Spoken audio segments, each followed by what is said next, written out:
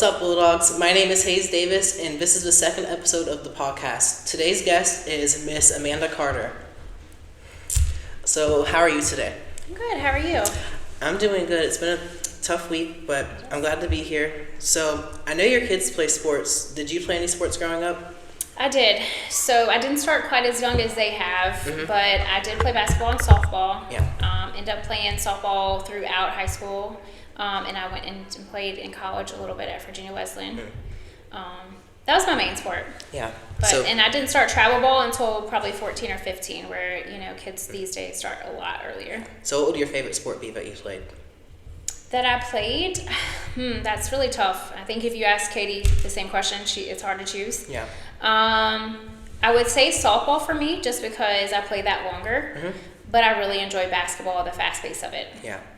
Speaking of sports, what was it like coaching or helping coach cross country this year? So pretty laid back. Like cross country is not necessarily a true team sport. So I kind of like the laid back feeling of the sport. I did do middle school head coach a couple of years ago, which was fun. But I just like the laid backness. Yeah. You just kind of get out there and go run, or kind of motivate you guys to set your pace and to do your best. Yeah. Next question, why did you choose to be a math teacher out of all the other subjects?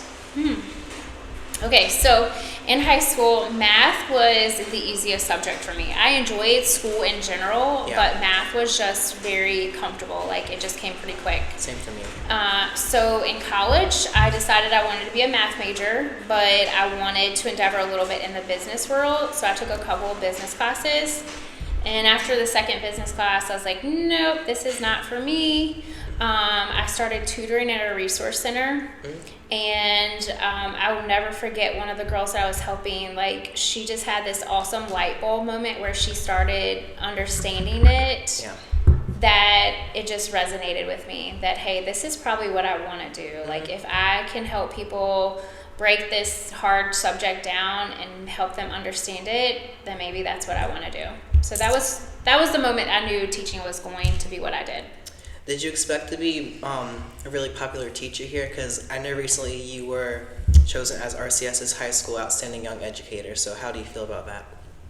It is always an honor to get awards, but I feel like this award is pretty cool in the aspect that your peers choose you, like my colleagues, like people that I work with every day. Yeah. I have really enjoyed RCS over the past 3 years. My previous schools, they definitely molded me into who I am today, so I have no regrets whatsoever. But I feel like this is home. And they reward you here for doing your job, and they want to see you succeed as a teacher. And it's just been really cool to have that motivator, that award. I mean, like, just knowing you're going to get a pat on the back saying you did a great job today, and it's not overlooked. Yeah. What are some of your hobbies other than teaching and sports, of course? That's really hard, especially with having two kids that are playing. Like, it's kind of one of those questions, like, who am I outside of my job and being a mom? Yeah. I like to read, but I only read in the summer because when I get into a book, like, I don't want to put it down. But I can't do that during the school year because I need to go to bed by 10 because I got to get up early. So I try not to read a lot until the summer, but usually when I pick up a book, that's what it is. So I do read a little bit. I do work out. That's one of my stress relievers as well. I don't do as much of it now as I used to, but I still do try to get 3 or 4 days in a week. What are your favorite types of books to read?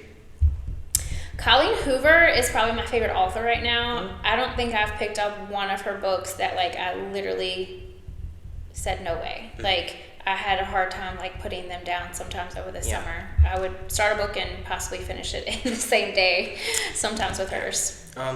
Do you prefer listening to music on, like, CDs and records, or do you like streaming music on, like, Spotify or radio? So I'm going to say probably neither. Okay, so, like, my car doesn't have a CD player. I do not have Spotify. I do have Pandora that I'll hit every now and then. I'm just kind of like, let's cut on the radio and have some music. Like, I can listen to country, I can listen to a little bit of pop, a little bit of rock.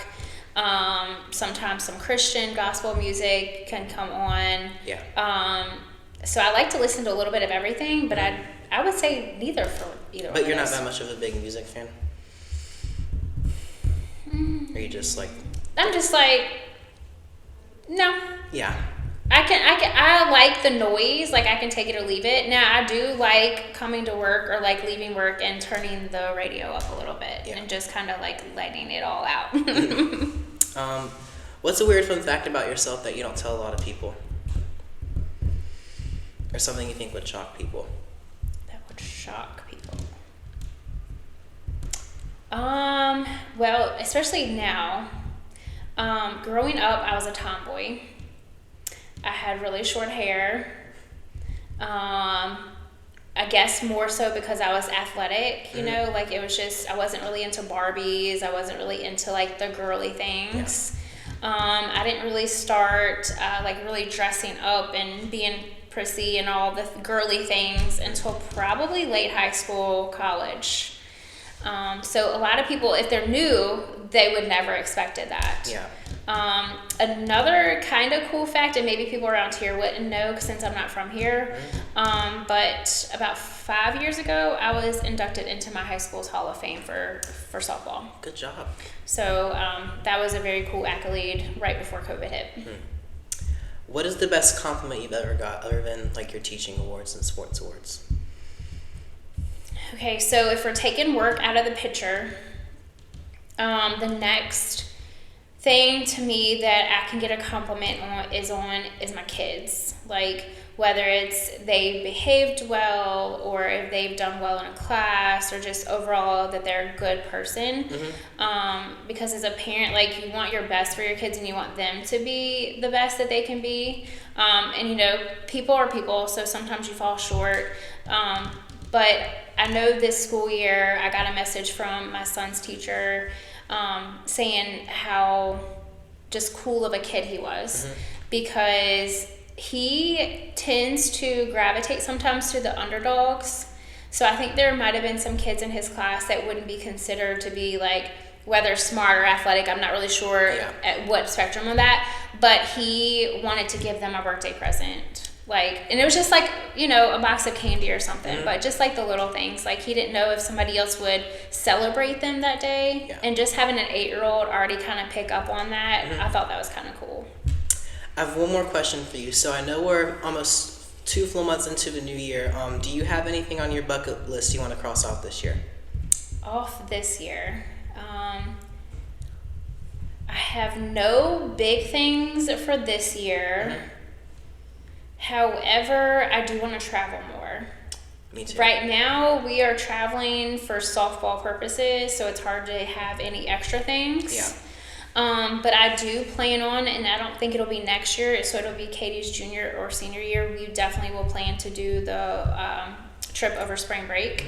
And that will actually be the first time probably that I have been out of the country. Really? So to kind of have that experience with her will be kind of neat. Yeah. Unless if something surprise happens and I get to go out of the country before then, but right now that'll probably be the first time for me. If you didn't go on the RCS trip, what's one country you'd want to travel to?